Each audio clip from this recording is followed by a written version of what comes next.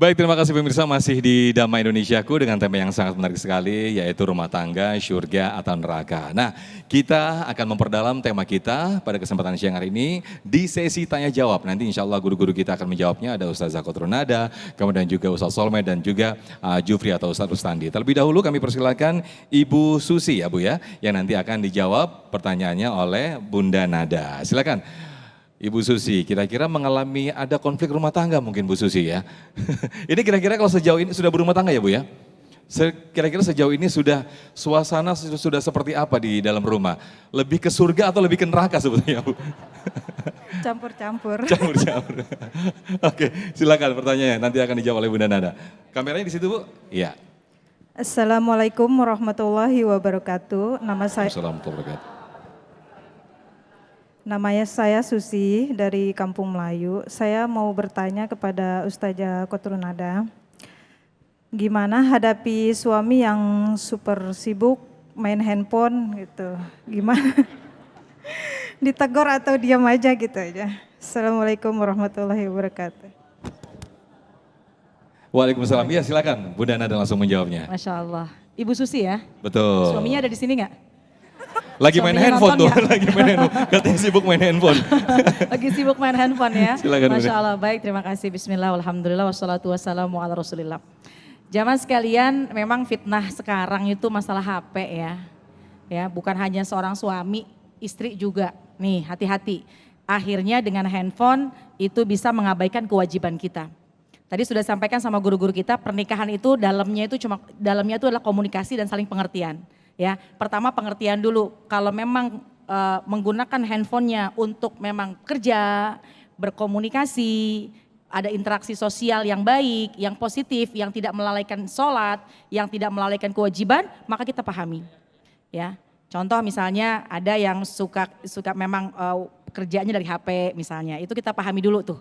Jadi pertama kita mengerti. Tapi ketika sekira-kira memang kita lihat ini kayaknya pakai HP-nya ini nggak ada manfaatnya. Bahkan melalaikan sholat, naudzubillah min dzalik. Dan juga bisa melalaikan kewajiban seorang suami. Di mana dalam pernikahan istri harus diajak ngobrol, kemudian juga harus diajak komunikasi ya, bukan hanya suami ya, istri juga seperti itu. Nah inilah yang menjadikan PR buat kita. Kemarin mungkin kita begitu asyiknya berselancar dengan handphone sehingga melalaikan kewajiban kita dan itu yang bisa menjadi mohon maaf, itu yang bisa menjadi sumber keretakan dalam rumah tangga. Oleh karena itu sekarang kurang-kurangin HP-nya. Kalau memang tidak sangat-sangat urgensi, maka sebaik mungkin habiskan waktu kita bersama dengan pasangan. Oleh karena itu Ibu Susi tadi yang bertanya, tinggal komunikasi. Pertama ngertiin tuh yang lagi main HP, suami lagi main HP itu apakah memang sedang bekerja atau memang dia sedang hajat atau sedang meeting, pahamin dulu. Tapi ketika sudah melampaui batas, melalaikan sholat, sampai akhirnya melalaikan kewajiban, boleh berkomunikasi karena istri punya hak untuk meminta waktu kepada suami. Wallahu a'lam. Baik, terima kasih Bunda Nada mempunyai hak untuk meminta HP suami begitu ya kalau kebanyakan sibuk dengan handphonenya. Izin Ustaz Solmed dan juga Jufri saya bergeser ke jamaah bapak-bapak ikhwan. Saya ke Pak Hafiz yang akan mengajukan pertanyaan. Silakan Pak Hafiz, kameranya di sana ya. Oke, Pak Hafiz ini kira-kira apa yang mau ditanyakan insya Allah nanti akan dijawab oleh Ustaz Solmed. Tapi sebelumnya saya mau bertanya dulu. Siap. Pak Hafiz sudah berapa tahun mengarungi bahtera rumah tangga? Saya nikah dari 2011, berarti sekarang berapa tahun? Berapa tuh? 12 tahun, Masya Allah. Masya Allah. 13 tahun. 13 tahun ya. Iya, plus minus banyak saya rasain. Banyak sukanya atau banyak dukanya ini? Ya pokoknya setengah-setengah ada. Masya Allah. Ketika ada konflik di sana, mungkin kita sering pastinya mengalami ribut gitu ya. Betul. Nah biasanya apa yang apa yang dilakukan oleh Pak Hafiz? Nah itu dia, jadi terkait Iya. tadi kata Ustaz Solmed, komunikasi dan pengertian. Ini kadang-kadang saya dengan istri di rumah naik turun. Oke. Ya, artinya mood ya kalau bahasa kita, Iya, kalau iya. lagi mood itu kita nyambung. Tapi Iya. kalau lagi nggak mood ngobrol, udah dah. Oke. Banyak diem aja saya. Komunikasi sama ada saldo yang masuk gitu ya. Oke, silakan pertanyaannya Pak Hafiz. Baik, Assalamualaikum warahmatullahi wabarakatuh. Saya ingin bertanya, mungkin kita pernah dengar orang dulu tuh mengatakan perempuan atau istri itu belajarnya jangan tinggi-tinggi dah. Jadi 3R istilahnya gitu, kasur, sumur, apalagi? dapur. Nah, terkait 3 statement itu, kita kan akhir zaman ini kan tanggung jawab istri sama suami kan dalam mendidik anak yang luar biasa, ujiannya banyak lah. Artinya saya nanya ke Ustadz Solmed, setuju nggak sih 3R itu disematkan oleh seorang istri mengingat godaan yang luar biasa tanggung jawab istri kepada anak. Artinya ya istilahnya bagaimana sih menghilangkan statement itu, karena itu kan diukur hanya dapur, sumur, apa sih fungsi istri sebenarnya mengingat untuk mendidik, mencetak anak soleh-solehah seperti itu. Baik, terima kasih Pak Iya. Hafiz. Sebenarnya dapur, sumur, kasur itu juga berlaku Iya. bagi suami.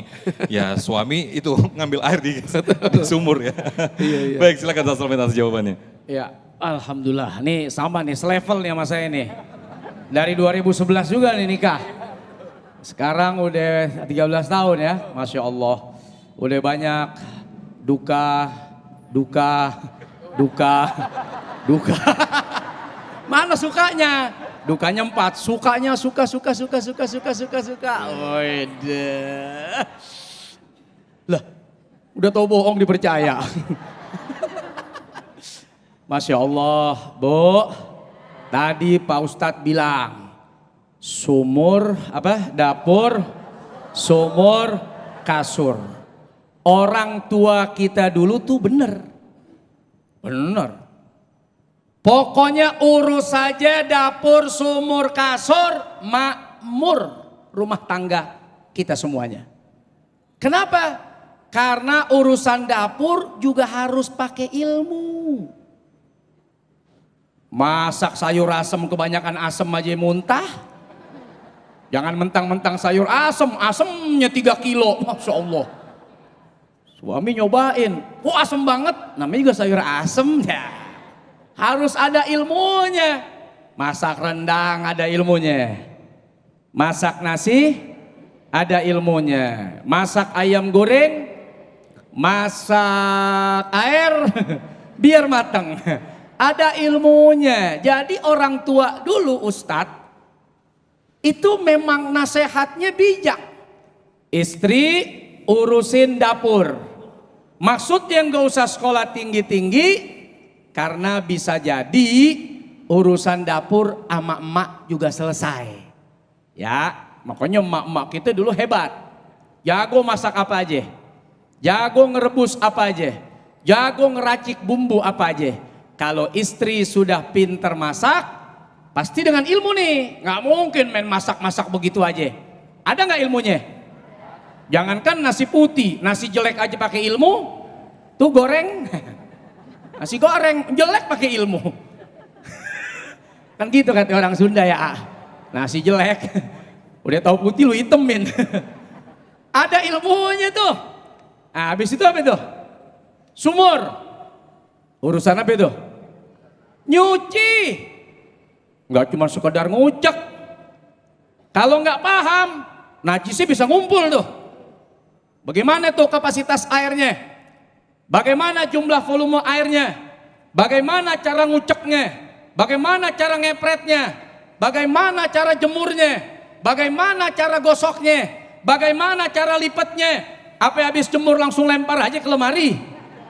Ngamuk laki gitu. Betul nggak? Ampe urusan apa tadi? Sumur pakai kasur. Ada ilmunya nggak tuh? Waduh. Bebas dari mana aja. Kan begitu tuh.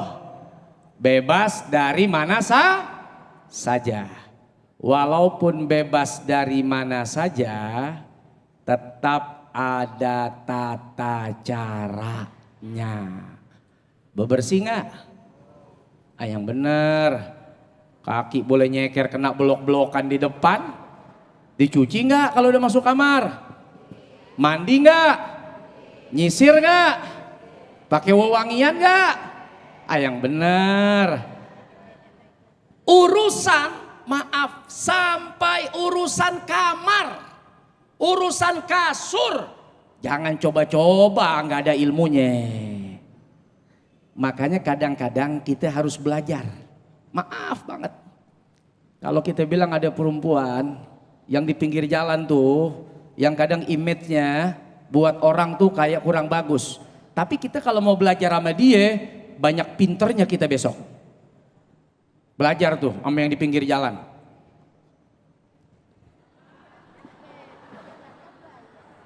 Di pinggir jalan apaan ya?